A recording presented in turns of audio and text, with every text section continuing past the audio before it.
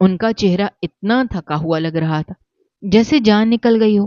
میں نے سوچا ان کا بیٹا نیچے گیا ہے، شاید وہی کھانے کا بندوبست کر لے گا، اس لیے میں خاموش بیٹھا رہا۔ آدھے گھنٹے بعد سب لوگ واپس آ گئے، سب نے اپنی نشستیں سنبھال لیں۔ میں نے دیکھا وہ عورت اب بھی سو رہی تھی اور اس کا بیٹا اپنی سیٹ پر نہیں آیا، مگر میں نے یہ سوچ کر نظر انداز کر دیا کہ شاید وہ باہر ہی ہوگا۔ جیسے ہی بس چلی اندھیرا اور بڑھ گیا۔ اب بس میں مکمل خاموشی تھی، صرف ان کے کھانسنے کی آواز گونج رہی، جس میں کمزوری اور تکلیف دونوں شامل تھیں۔ میں نے آئینے میں بار بار پیچھے دیکھا، مگر بیٹا کہیں دکھائی نہ دیا۔ رات گہری ہو چکی تھی، سفر لمبا تھا، اور میں سوچ رہا تھا یہ وہی علاقہ ہے جہاں میرا اپنا گھر بھی ہے۔ میں روزانہ یہ راستہ طے کرتا ہوں، دن میں 2 پھیرے لگاتا ہوں، رات کو جب واپس آتا ہوں تو بیٹیوں کے سوتے چہرے دیکھ کر سکون پاتا ہوں۔ اب منزل آنے میں صرف 1 گھنٹہ باقی تھا۔ اچانک پیچھے سے شور سنائی دیا۔ وہی بوڑھی اماں اٹھ بیٹھی تھیں، ان کے چہرے پر گھبراہٹ تھی۔ وہ لرزتی ہوئی آواز میں کہہ رہی تھی، میرا بیٹا کہاں ہے؟ میرا بیٹا تو ہے ہی نہیں۔ بس رک گئی۔ سب نے مڑ کر دیکھا، واقعی اس کی سیٹ خالی تھی۔ لوگوں نے حیران ہو کر کہا، وہ تو کئی گھنٹے پہلے کسی سٹاپ پر اترا ہوگا۔ اماں کے چہرے پر ہوائیاں اڑنے لگیں۔ وہ بولی، بیٹا میں تو سو گئی تھی، مجھے نہیں پتا کب اترا۔ کنڈکٹر بھاگتا ہوا آیا اور بولا، اب کیا کریں؟ میں نے پیچھے بیٹھے ایک اور مسافر سے پوچھا، بھائی تم نے دیکھا تھا وہ کب اترا؟ اس نے لاپرواہی سے جواب دیا، ہمیں اپنا دیکھنا ہے یا ان کا؟ پہلے تو ان کی کھانسی نے ہمیں تنگ کر دیا تھا، پھر کیا ہمیں کیا پتا وہ کہاں گیا؟ ماحول ایک دم بوجھل ہو گیا تھا۔ پھر سب چپ چاپ تھے، صرف بوڑھی عورت رو رہی تھی کہ میرا بیٹا کہاں چلا گیا۔ میں نے دل ہی دل میں سوچا، یہ وہی منور ہے جو اپنی ماں سے بدتمیزی کر رہا تھا۔ لگتا ہے اس نے جان بوجھ کر ماں کو چھوڑ دیا ہے، ورنہ اتنا بے وقوف تو کوئی نہیں ہوتا جو بغیر بتائے اتنا دور اتر جائے۔ کنڈکٹر نے پریشانی سے کہا، اب کیا کرنا ہے؟ ہم واپس نہیں جا سکتے، نہ ہی ہمیں پتا ہے کہ وہ کہاں اترا۔ میں نے کہا، منزل تک پہنچ جاتے ہیں، پھر دیکھتے ہیں، شاید وہ کسی طرح واپس آ جائے۔ اماں کو سمجھانے کی کوشش کی، مگر وہ بار بار ایک ہی بات دہراتی رہیں، میرا بیٹا کہاں گیا؟ مجھے گھر جانا ہے۔ ان کی آنکھوں سے آنسو بہہ رہے تھے، اور بس کے سارے مسافر خاموش تھے، جیسے کسی نے ان سب کے دل پر بوجھ رکھ دیا ہو۔ میں نے کنڈکٹر کو اشارہ کیا کہ ذرا ان کے پاس جا کر انہیں دلاسا دے، مگر وہ خوفزدہ لگ رہا تھا۔ کہنے لگا، بلال بھائی آپ ہی جا کر دیکھ لیں۔ میں گیا اور ان کے پاس بیٹھ گیا۔ میں نے نرمی سے کہا، اماں گھبرائیں نہیں، ہو سکتا ہے آپ کا بیٹا اگلے سٹاپ پر اتر گیا ہو یا ہوٹل سے کچھ لینے گیا ہو اور بس چھوٹ گئی ہو، ہم پہنچ کر خبر کر لیں گے۔ انہوں نے میرا ہاتھ پکڑ لیا اور بولی، بیٹا وہ کبھی ایسا نہیں کرتا، میں نے تو اس کے لیے ساری عمر قربانی دی ہے، میں نے تو اس کو پالنے کے لیے دن رات ایک کر دیا۔ اس کے ابا کے مرنے کے بعد میں نے خود مزدوری کی تاکہ وہ بھوکا نہ سوئے، مگر وہ تو میرا سہارا تھا۔ یہ کہہ کر وہ پھر زور زور سے کھانسنے لگی۔ میں نے کنڈکٹر کو کہا، پانی لاؤ۔ وہ فوراً بوتل لے آیا۔ میں نے ان کے لبوں سے بوتل لگائی، انہوں نے 2 گھونٹ پیے اور پھر بولی، بیٹا تم میرے بیٹے جیسے لگتے ہو، کیا تم مجھے وہاں چھوڑاؤ گے جہاں میرا منور گیا ہے؟ ان کے الفاظ سن کر میرا دل بھر آیا۔ میں نے کہا، اماں آپ فکر نہ کریں، ہم منزل پر پہنچیں گے تو آپ کے بیٹے کو تلاش کریں گے، ابھی آپ آرام کریں۔ انہوں نے سر ہلایا، مگر ان کی آنکھوں سے آنسو بہنے لگے۔ وہ بار بار اپنے بیٹے کا نام پکارتی جا رہی تھیں اور کبھی آسمان کی طرف دیکھ کر دعائیں مانگتی تھیں۔ بس کے اندر اب صرف ان کی کھانسی اور ان کی سسکیاں سنائی دے رہی تھیں۔ مسافر خاموش تھے، کوئی کچھ کہنے کی ہمت نہیں کر رہا تھا۔ راستہ ویران تھا، دونوں جانب اندھیرا پھیلا ہوا تھا۔ بس کی لائٹیں اس اندھیرے کو چیرنے کی کوشش کر رہی تھی، مگر ہر طرف سنسانی تھی۔ ہم لوگ منزل پر پہنچ گئے۔ میں نے فوراً اتر کر سب سے پہلے وہی کیا جو ایک ڈرائیور کی حیثیت سے میرا فرض بنتا تھا۔ میں نے پچھلے تمام اسٹاپوں پر جہاں جہاں بس رکی تھی وہاں کے ٹکٹ گھروں پر فون کیا اور پوچھا کہیں کسی نے کسی گمشدہ شخص کی رپورٹ تو نہیں کی۔ انہوں نے صاف جواب دیا، نہیں، کسی نے بھی کوئی اطلاع نہیں دی، جبکہ آج کل سب کو پتا ہے اگر کسی مسافر کے ساتھ ایسا کچھ ہو جائے تو وہ اسی جگہ جا کر بتا دیتے ہیں۔ بس کا نمبر، مسافر کا نام، وقت سب ریکارڈ میں آ جاتا ہے۔ اس سے ایک بات تو صاف ظاہر ہو گئی تھی، وہ شخص اپنی ماں کو جان بوجھ کر چھوڑ کر جا چکا تھا۔ اب سوال یہ تھا کہ میں کیا کرتا؟ میرے سامنے ایک بوڑھی عورت تھی جس کی حالت نازک تھی، وہ اکیلی تھی، نہ اس کے پاس کوئی پتہ، نہ کوئی فون نمبر۔ میں اسے کہاں چھوڑتا؟ کس کے حوالے کرتا؟ پولیس کے پاس جاتا تو وہ بھی مجھ سے یہی سوال کرتے کہ اس کا گھر کہاں ہے، اور میں خود کیا جواب دیتا؟ وہ عمر رسیدہ تھی، بیماری نے اس کے جسم کو کمزور کر دیا تھا۔ میں نے آہستہ سے پوچھا، اماں، آپ کو اپنے بیٹے کا نام یاد ہے؟ تو انہوں نے سر ہلایا اور کہا، ہاں یاد ہے، مگر گھر کا پتہ یاد نہیں ہے۔ مجھے صرف اتنا یاد ہے، جس گھر میں شادی ہو کر آئی تھی وہیں ساری زندگی گزری، وہیں میرا بیٹا پیدا ہوا، وہیں جوان ہوا۔ پھر ایک دن اس نے کہا میں نیا مکان لوں گا اور ہم دوسرے علاقے میں چلے گئے، مگر مجھے اس نئے گھر کا پتہ کبھی یاد نہیں ہوا۔ میں تو پرانے محلے کی گلیاں اب بھی خواب میں دیکھتی ہوں۔ یہ کہہ کر وہ کبھی رونا شروع کر دیتی، کبھی اچانک خاموش ہو جاتی۔ ان کا چہرہ غم سے بھرا ہوا تھا، ان کی آنکھوں میں ایسی اداسی تھی جیسے دنیا نے ان سے سب کچھ چھین لیا ہو۔ میں نے کچھ دیر سوچا، پھر دل میں ایک فیصلہ کیا۔ میں نے کہا، اماں، آپ ہمارے گھر چلیں، میں اور میری ماں اب اس دنیا میں نہیں ہے، آپ کو میں اپنی ماں بنا لوں گا، آپ میرے ساتھ رہیں گی، میں آپ کا علاج بھی کرواؤں گا، اب آپ کو کسی فکر کی ضرورت نہیں ہے۔ انہوں نے حیرت سے میری طرف دیکھا، ان کی آنکھوں میں نمی تھی، جیسے برسوں بعد کسی نے ان کے دل کو چھوا ہو۔ میں نے ان کا ہاتھ پکڑا، آہستہ سے انہیں بس سے اتارا، پھر اپنے گھر لے گیا۔ گھر پہنچ کر میں نے اپنی بیوی کو سب کچھ بتایا۔ وہ خاموشی سے سنتی رہی، پھر بولی، آپ نے بہت اچھا کیا، اس دنیا میں پہلے ہی ظلم بہت بڑھ گیا ہے، اگر ہم انسانیت کا دامن بھی چھوڑ دیں تو انسان اور حیوان میں فرق کیا رہ جائے گا؟ میری بیوی نے ان کے لیے بستر لگایا، ان کے کپڑے بدلوائے اور کھانا گرم کیا۔ میری بیٹیاں بھی بھاگتی ہوئی آئیں، ان کی آنکھوں میں تجسس تھا۔ ایک نے پوچھا، ابا یہ کون ہے؟ میں نے مسکرا کر کہا، یہ تمہاری دادی ہیں، میری ماں تو تم لوگوں نے دیکھی نہیں تھی، مگر اب تمہیں دادی مل گئی۔ یہ سنتے ہی بیٹیاں خوشی سے تالیاں بجانے لگیں۔ ان میں سے ایک نے شرارت سے پوچھا، کیا یہ وہی والی دادی ہیں جو بچوں کو کہانیاں سناتی ہیں؟ بوڑھی اماں کی آنکھوں سے آنسو بہہ پڑے۔ انہوں نے دھیرے سے کہا، ہاں، میں تمہیں کہانیاں سناؤں گی، اور پیار سے ان کے سر پر ہاتھ پھیرا۔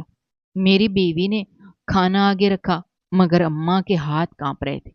میں نے اپنے ہاتھ سے نوالا بنا کر دیا۔ انہوں نے لرزتی آواز میں کہا، بیٹا، تم بہت اچھے ہو، تمہاری شاید ماں نے تمہیں دعاؤں سے پالا ہے۔ کھانا کھا کر وہ سو گئیں، ان کے چہرے پر برسوں بعد سکون کی جھلک تھی۔ صبح جب وہ اٹھیں تو میں نے ان سے بات چھیڑی۔ میں نے کہا، اماں، ایک بات بتائیں، آپ کا بیٹا آپ کے ساتھ ایسا رویہ کیوں رکھتا تھا؟ وہ کچھ دیر خاموش رہیں، جیسے کسی پرانے زخم کو یاد کر کے دل بھر آیا ہو، پھر دھیرے سے بولی، بیٹا، میرا شوہر بہت اچھا انسان تھا، مگر اس کو ایک جنون تھا، سونا تلاش کرنے کا۔ وہ پہاڑوں میں جایا کرتا تھا، شاید اسے کہیں سونا مل جائے۔ اسی جنون نے اس کی زندگی ختم کر دی۔ ایک دن وہ پہاڑ سے گر کے مر گیا۔ اس کے بعد میں نے اپنے بیٹے کو پالا۔ وہ چھوٹا تھا، میں نے اس کے لیے مزدوریاں کی، سلائیاں کی، اور جب وہ بڑا ہوا اس نے میرا سہارا بننے کے بجائے مجھ سے بدسلوکی شروع کر دی۔ انہوں نے آہ بھری اور بولی، وہ کہتا تھا کہ وہ شادی کرنا چاہتا ہے، مگر اس کی ہونے والی بیوی کہتی ہے کہ اگر تمہاری ماں میرے ساتھ رہے گی اور مجھے اس کی خدمت کرنی پڑی تو میں شادی نہیں کروں گی۔ وہ کہتی تھی ساری زندگی میں اس بوڑھی عورت کے ساتھ جھک جھک میں گزاروں گی، اس لیے وہ مجھے کہنے لگا علاج کے بہانے چلو، اور پھر اسی بہانے وہ مجھے لے آیا۔ میں نے سوچا شاید وہ پہلی بار میرا خیال کر رہا ہے، مگر اس کا مقصد کچھ اور تھا۔ وہ مجھے راستے میں چھوڑ گیا تاکہ میری ذمہ داری سے آزاد ہو جائے۔ یہ سن کر میرا دل کانپ گیا، میری بیوی کی آنکھوں سے آنسو نکل آئے اور میری بیٹیاں چپ ہو گئیں۔ گھر میں ایک عجیب سا سناٹا چھا گیا۔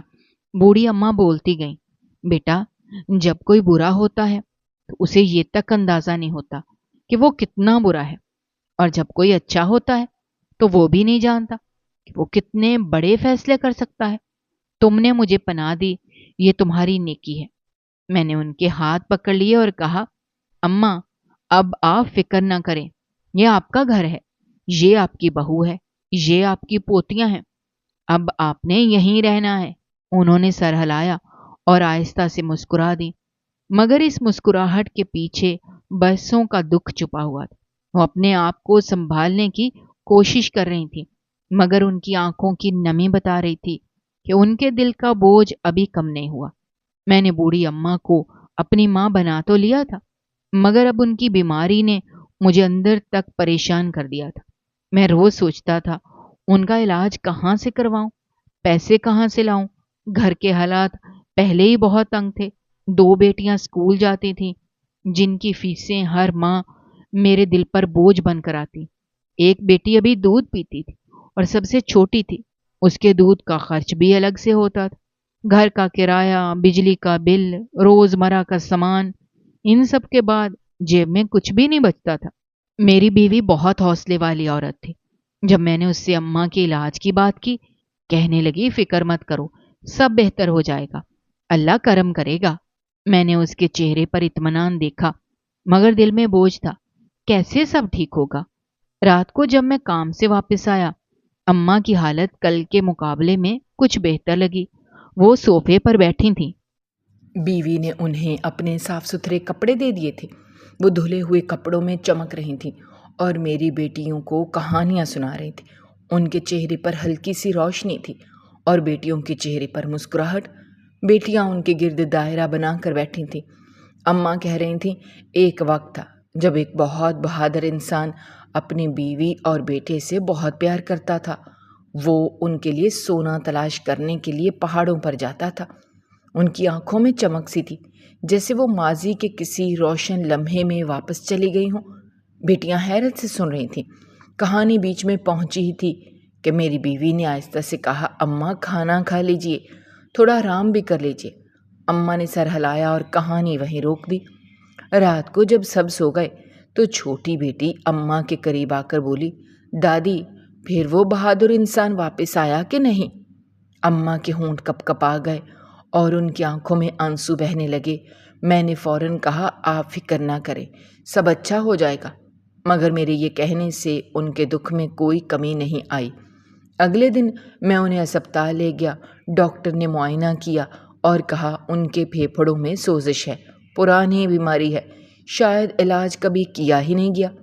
وہ کہنے لگا، ٹی بی نہیں ہے مگر خطرناک کھانسی ہے، اب علاج لمبا چلے گا۔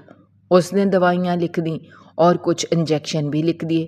میں نے جیب میں ہاتھ ڈالا، جتنے پیسے تھے سب دوائیوں میں لگے۔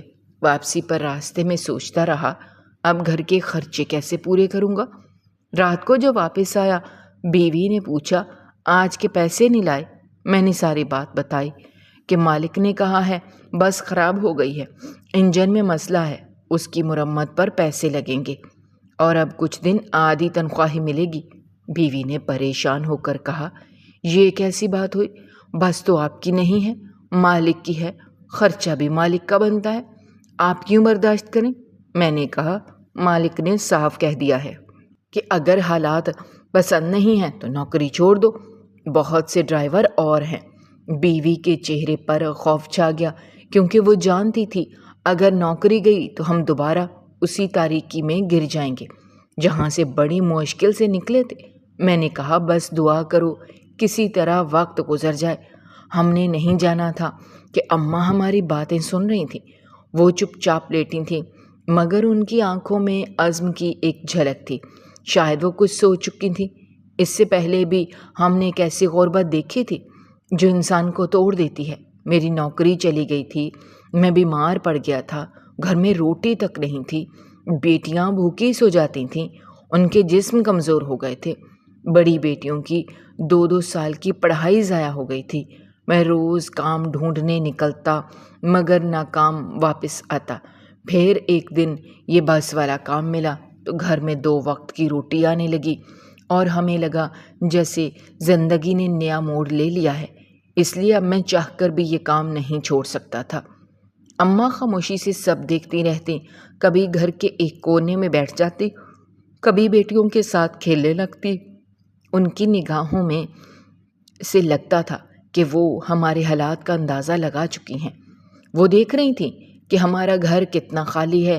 دیواروں پر کچھ نہیں لٹکا، فرش پر صرف پرانی چٹائیاں تھیں، چارپائیاں بھی پرانی تھیں، ان پہ کبھی میں بیوی کے ساتھ تو کبھی ساری بیٹیاں مل کر سو جاتی۔ کچن میں برتن گنے چنے تھے، پنکھا ایک ہی تھا جس کے نیچے سب گرمیوں میں بیٹھ جاتے۔ بیٹیوں کے پاس کھلونے تک نہیں تھے۔ وہ کبھی اینٹوں سے گھر بناتی، کبھی ٹوٹے ہوئے برتنوں کے ڈبے اٹھا کر کھیلنے لگتی، کبھی کوئی خالی بوتل سڑک سے مل جاتی تو اسے گڑیا بنا لیتی تھیں۔ اسکول کا حال بھی برا تھا، یونیفارم پرانے، جوتے پھٹے ہوئے، لیکن ان کے چہروں پر امید تھی، جیسے غربت نے بھی ان کے دل کا نور نہیں چھینا ہو۔ اماں انہیں دیکھ کر مسکراتی تھی، پھر میری بیوی سے کہتی، تم تھک جاتی ہو اتنا کام کر کے۔ میری بیوی ہمیشہ کہتی تھی، نہیں اماں، مجھے عادت ہے، میں تھکتی نہیں، میرے ہاتھوں میں طاقت ہے، بس دعا کریں حالات بدل جائیں۔ اماں پھر چپ ہو جاتی، ان کے چہرے پر سوچ کی ایک لہر دوڑی۔ کبھی وہ چھت کو دیکھتی، کبھی میری بیٹیوں کو، کبھی مجھ پر نظر ڈال کر آہستہ سے کہتی، بیٹا، جو دلوں کو دکھ بانٹنے کی طاقت دیتا ہے وہی سب کچھ بدلنے کی بھی طاقت رکھتا ہے۔ میں ان کی باتیں سن کر چپ ہو جاتا، کیونکہ میرے دل میں بھی یہی یقین تھا کہ اگر نیت سچی ہو تو ایک دن سب بہتر ہو جاتا ہے۔ ایک دن ایسا ہوا کہ بجلی کا بل آ گیا۔ ہاتھ میں جو پیسے تھے وہ سب میں نے بل میں دے دیے، اور جب گھر واپس آیا تو میری بیوی نے آہستہ سے کہا، گھر میں کھانے کو کچھ نہیں ہے، صرف 1 پلیٹ دال بچی ہے اور 1 ہی روٹی ہے۔ وہ بہت خاموش آواز میں بول رہی تھی، جیسے بیٹیوں کو سنانا نہ چاہتی ہو۔ میں نے تھکی ہوئی آنکھوں سے اس کی طرف دیکھا اور پوچھا، اب کیا کریں؟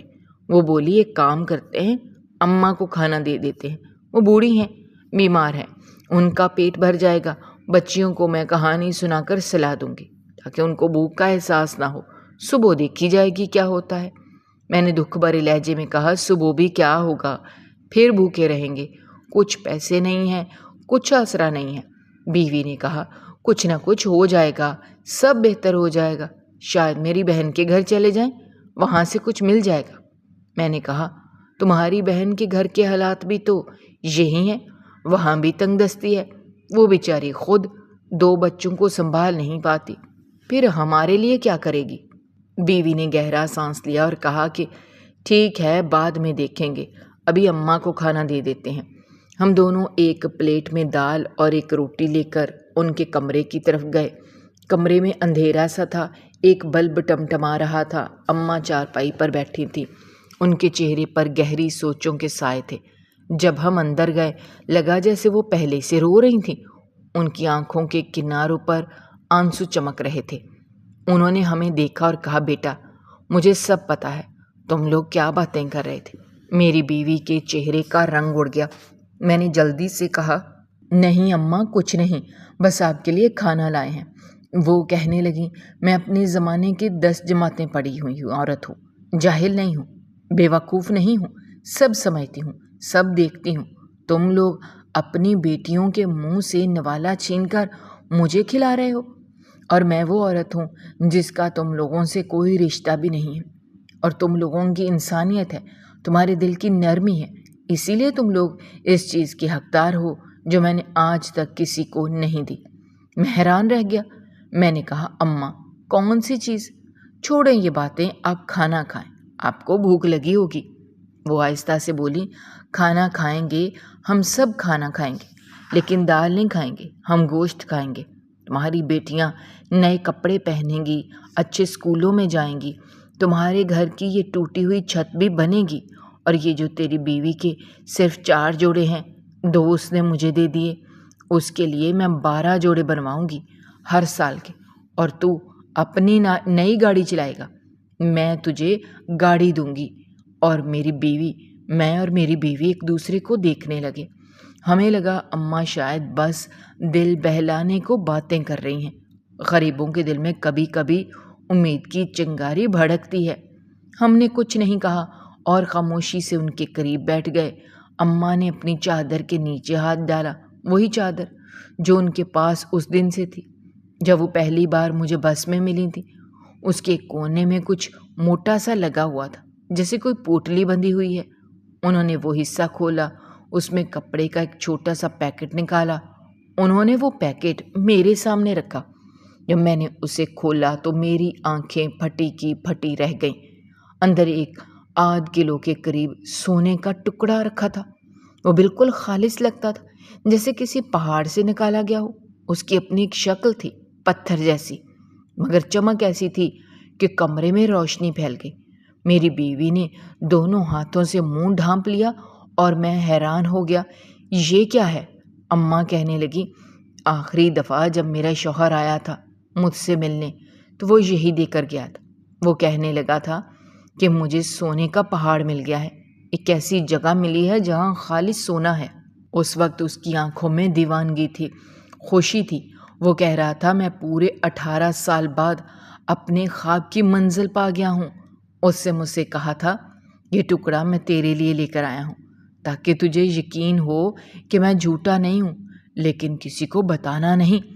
میں واپس جا رہا ہوں، سارا سونا نکال کر لے آؤں گا، پھر آؤں گا اور اپنی بیوی اور بیٹے کے ساتھ نئی زندگی شروع کروں گا۔ یہ کہہ کر وہ گیا اور پھر کبھی واپس نہ آیا۔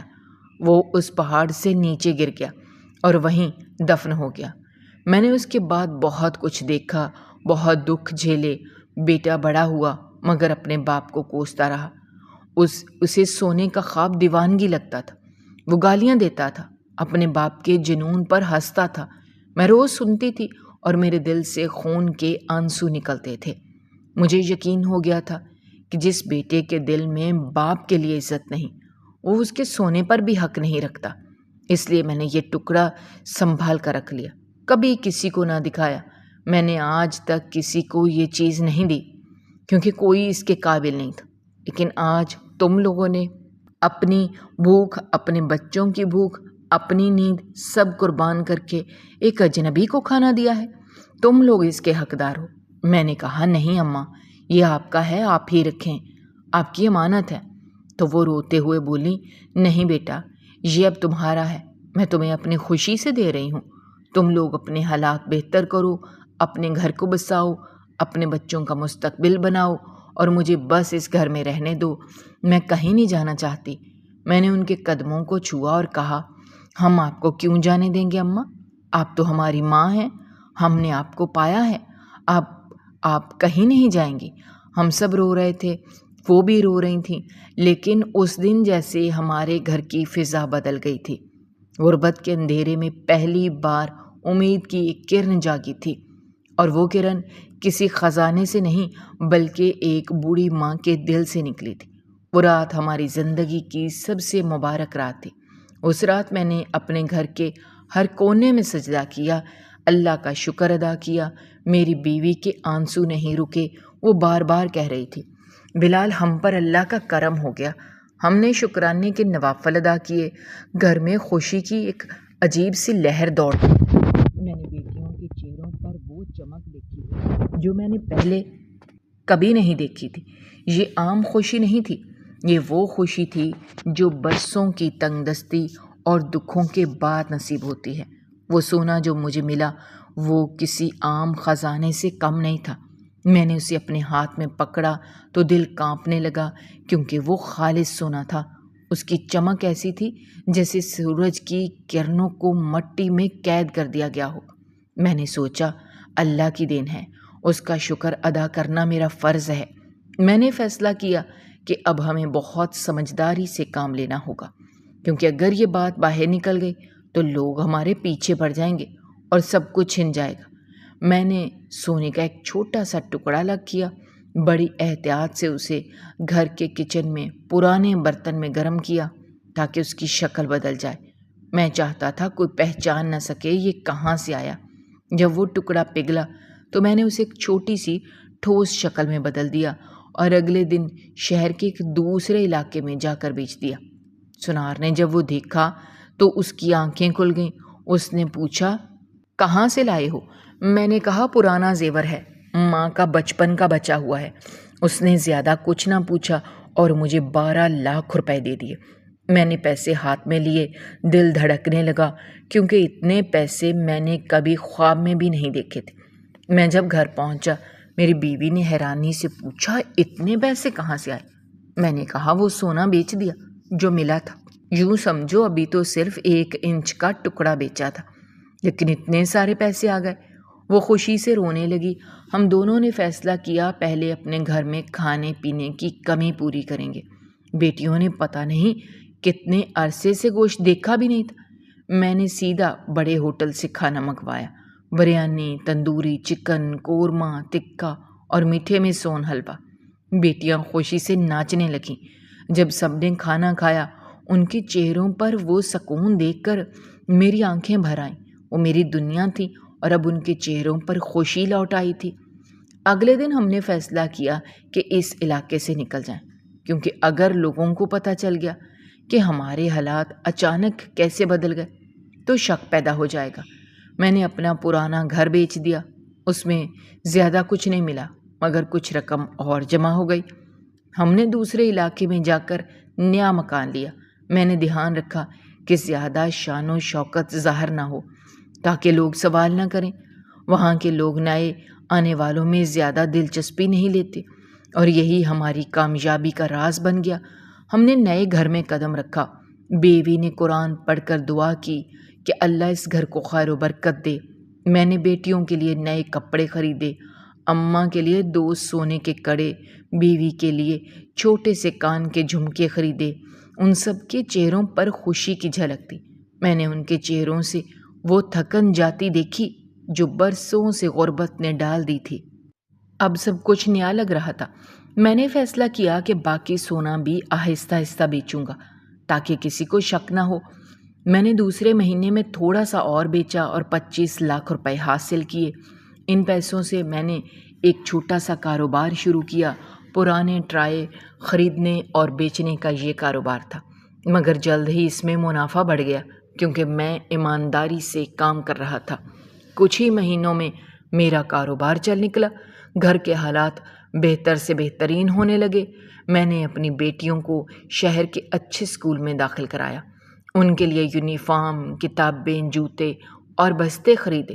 جب وہ پہلی بار نئے یونیفارم میں اسکول گئیں تو بیوی دروازے پر کھڑی ہو کر رو پڑی۔ وہ کہہ رہی تھی، بلال مجھے یقین نہیں آتا، یہ سب ہماری بیٹیاں ہیں۔ اب ہمیں کسی کے طعنے سننے کی ضرورت نہیں، ہماری بیٹیاں بھی پڑھیں گی، آگے بڑھیں گی، ان کے نصیب بدل گئے ہیں۔ اب ہمارے گھر میں سب کچھ تھا، خوشی، اطمینان اور عزت۔ اماں کی حالت بھی بہتر ہونے لگی تھی۔ ڈاکٹر نے کہا ان کا علاج ٹھیک چل رہا ہے، اب وہ پہلے کی طرح کھانسی نہیں کرتی۔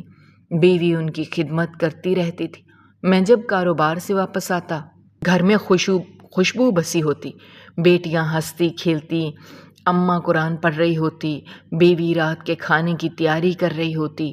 میں اکثر سوچتا تھا اگر وہ دن نہ آتا جب مجھے وہ سونا ملا، شاید آج ہم فاقوں سے گزر رہے ہوتے، مگر اللہ کے کرم سے سب بدل گیا تھا۔ اب میں نے زندگی میں پہلی بار اطمینان محسوس کیا۔ میں نے گاڑی بھی خرید لی تاکہ کاروبار کے لیے آسانی رہے۔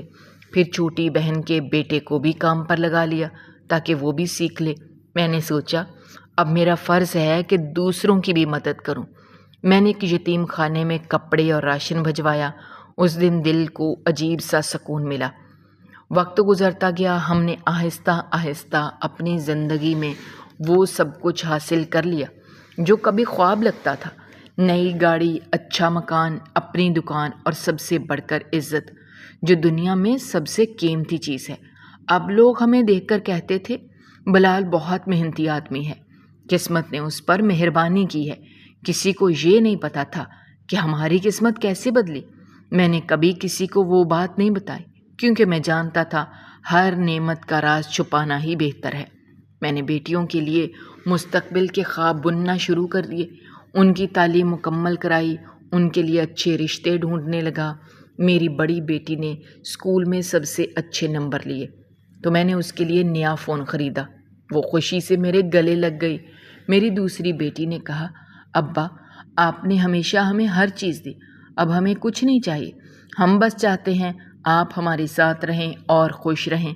میں نے اماں کے علاج کے لیے شہر کے بڑے اسپتال میں اپوائنٹمنٹ لی۔ ڈاکٹر نے کہا وہ پہلے سے بالکل بہتر ہیں، مگر احتیاط ضروری ہے۔ میں نے اماں کے لیے ایک آرامدہ کمرہ بنوایا جہاں وہ قرآن پڑھتی اور تسبیح کرتی رہتی۔ وہ اکثر کہتی، بلال بیٹا، اللہ نے تجھے عزت دی ہے، مگر ہمیشہ یاد رکھنا یہ سب عارضی ہے، اصل دولت ایمان ہے۔ میں ان کی بات سنتا اور دل ہی دل میں ان کی دعاؤں کا شکر ادا کرتا، کیونکہ میں جانتا تھا انہیں کی دعاؤں نے ہمیں اس مقام تک پہنچایا ہے۔ اب میرا گھر کسی جنت سے کم نہیں تھا۔ صبح بیٹیاں اسکول جاتی، دوپہر کو ہنستی مسکراتی واپس آتی، بیوی چائے تیار رکھتی، اماں دعا دیتی، میں شام کو کام سے لوٹتا، سب کے چہرے روشن ہوتے۔ میں نے زندگی میں پہلی بار محسوس کیا کہ محنت کے بعد جب اللہ کی رحمت شامل ہو جائے تو دنیا بدل جاتی ہے۔ میں کبھی کبھار رات کو چھت پر جا کر آسمان دیکھتا اور سوچتا کہ وہ رات جب میں نے سونا پایا وہ میری تقدیر کا موڑ تھی، لیکن اس موڑ پر پہنچنے کے لیے میں نے کتنی دعائیں کی تھیں، کتنے روزے رکھے، کتنی راتیں جاگ کر گزاری تھیں۔ میں نے ہمیشہ ایمانداری سے محنت کی، کبھی کسی کا حق نہیں مارا تھا، شاید اسی کا صلہ مجھے ملا تھا۔ اب میری خواہش تھی کہ اپنی بیٹیوں کو اس قابل بنا دوں کہ وہ خود کسی کے سہارے کی محتاج نہ رہیں۔ میں نے ان کے لیے اسکول کے بعد کمپیوٹر کلاسز لگوا دیں اور کہا زندگی میں علم سب سے بڑا خزانہ ہے۔ سونا چاندی سب ختم ہو جاتے ہیں، مگر علم انسان کو ہمیشہ بلند رکھتا ہے۔ بیٹیاں میری باتوں کو دل سے سنتی، وعدہ کرتی کہ وہ میرا نام روشن کریں گی۔ زندگی اب سکون سے گزر رہی تھی۔ اماں کی صحت بہتر تھی، بیوی مطمئن تھی، بیٹیاں خوش تھیں۔ میں جب صبح کاروبار کے لیے نکلتا تو دل میں عجیب سا اطمینان ہوتا۔ میں نے اپنے رب کا شکر ادا کیا کہ اس نے مجھے وہ سب دیا جس کا میں نے کبھی خواب بھی نہیں دیکھا تھا۔ اب میں اکثر مسجد جاتا، نماز پڑھتا، خوشی سے دعا کرتا کہ میری یہ نعمتیں ہمیشہ قائم رہیں اور میرے گھر میں کبھی دکھ نہ آئے۔ یوں لگتا تھا جیسے میری زندگی کے سارے غم اب دھوپ میں بادلوں کی طرح چھٹ گئے ہیں۔ ہر روز ایک نئی روشنی کے ساتھ صبح ہوتی تھی اور میں ہر دن شکر ادا کرتا تھا کہ اللہ نے مجھے وہ زندگی دی جو کبھی میرے لیے خواب تھی۔ اماں اب ہمارے ساتھ رہتی ہیں، ان کی حالت پہلے سے بہت بہتر ہے۔ جب ان کا علاج شروع ہوا اور انہیں سکون ملا، اچھا کھانا ملا تو وہ خود ہی سنبھل گئی۔ اب وہ اکثر مسکراتی رہتی ہیں، ان کے چہرے پر وہی روشنی لوٹ آئی ہے جو پہلے کبھی تھی۔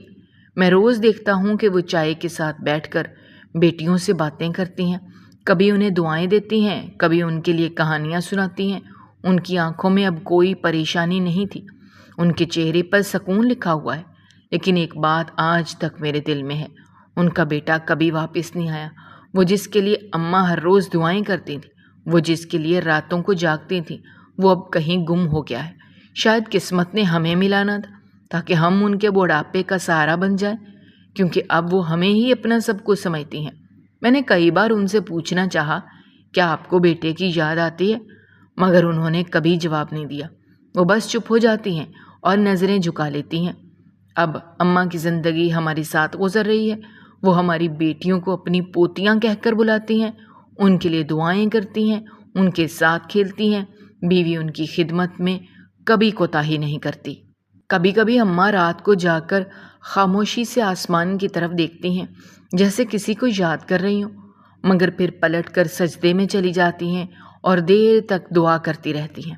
ان کے بیٹے کا ذکر اب کبھی زبان پر نہیں آتا، جیسے وہ کسی پرانے خواب کی طرح کہیں مٹ گیا ہو۔ شاید اب وہ خود بھی نہیں چاہتی کہ اسے یاد کریں، کیونکہ انہیں اب نیا گھر مل چکا ہے، نیا سہارا مل چکا ہے۔ اب ان کا سکون ہم ہیں، ان کی دنیا ہم ہیں، اور ان کی دعا ہی ہماری سب سے بڑی دولت ہے۔ دوستو، آپ کو ہماری آج کی یہ کہانی کیسی لگی؟ کمنٹ باکس میں اپنے رائے کا اظہار کرنا مت بھولیے گا، اور اگر آپ ہمارے چینل پر نئے ہیں تو چینل کو سبسکرائب کرنا بھی مت بھولیے گا۔ شکریہ۔ اللہ حافظ۔